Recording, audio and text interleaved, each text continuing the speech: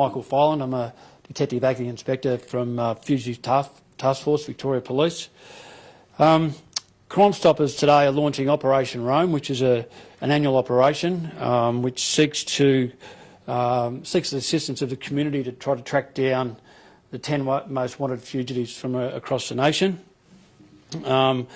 Most of these are for particularly serious offences, including murder and sexual assault, and serious assault as well. I'd ask that people, just in relation to that, visit the crimestoppers.com.au website and view that list of fugitives and see if they recognise any of those faces.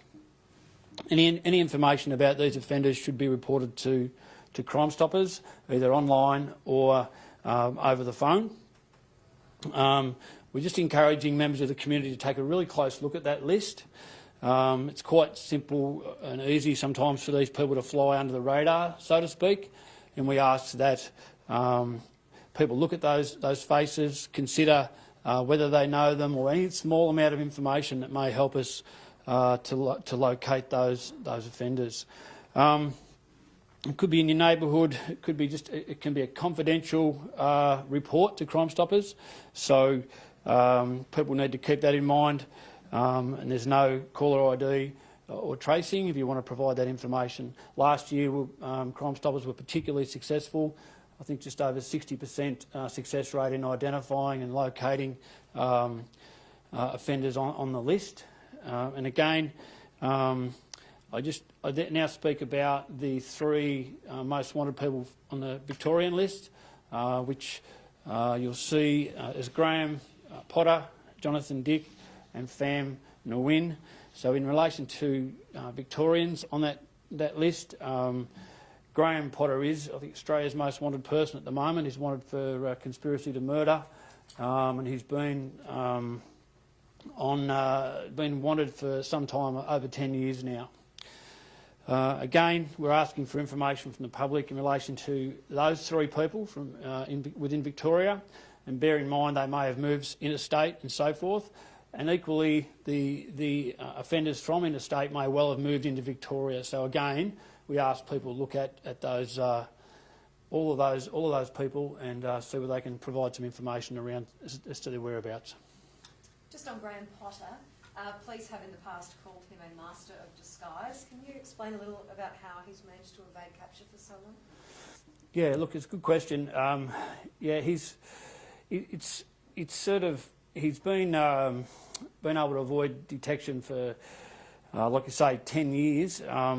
Look, he's probably reasonably, he's a middle-aged guy now. He's born in 1967, so he's about 51 years of age.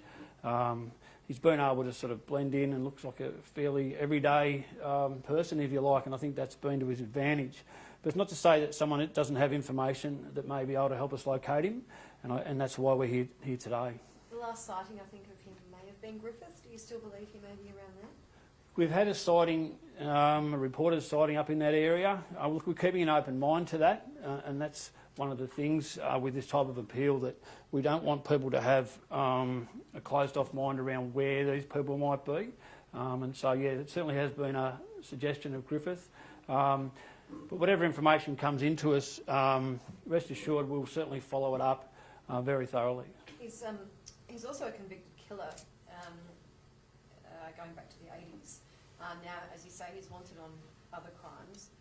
Even though he looks the way he does, like you use the term salesman, I guess, he is quite a dangerous man. Can you just talk about how he should be approached and how dangerous he is? Yeah, that's right. Look, he is a dangerous person, as are a number of others on this particular list. In relation to Graham Potter, yes, we would advise people not to approach him as such. If you're out and about and you were to see him, then I would advise people to contact 000, not to approach him, and certainly have any information as to his whereabouts, contact Crime Stoppers and let the police manage that.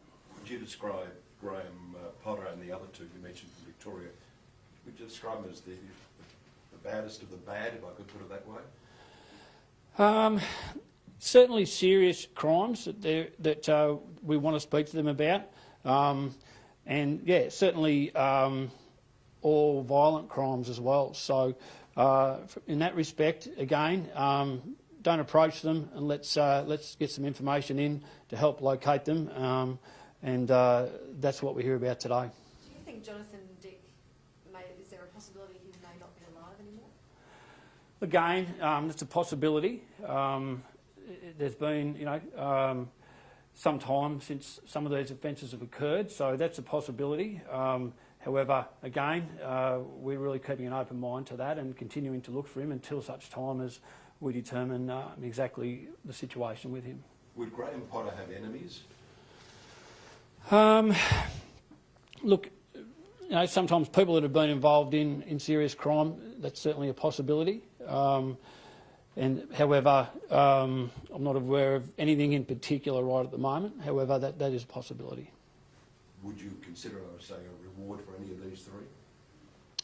Yeah, look, there is a Crime Stoppers reward at present, which exists. However, it's not a substantial award, just at the reward just at the moment. However, that's something we could certainly consider moving forward. I think the public is probably going to recognise the name Graham Potter. There's been a lot of media done about him over the past decade. How do you reassure people that the task force is narrowing in and there will be a time when he is called? Well, all I can say is that we're really conducting an investigation into locating him, and certainly a lot of work has been done in relation to try to locate him, and it continues to be ongoing. And so we will continue to do that.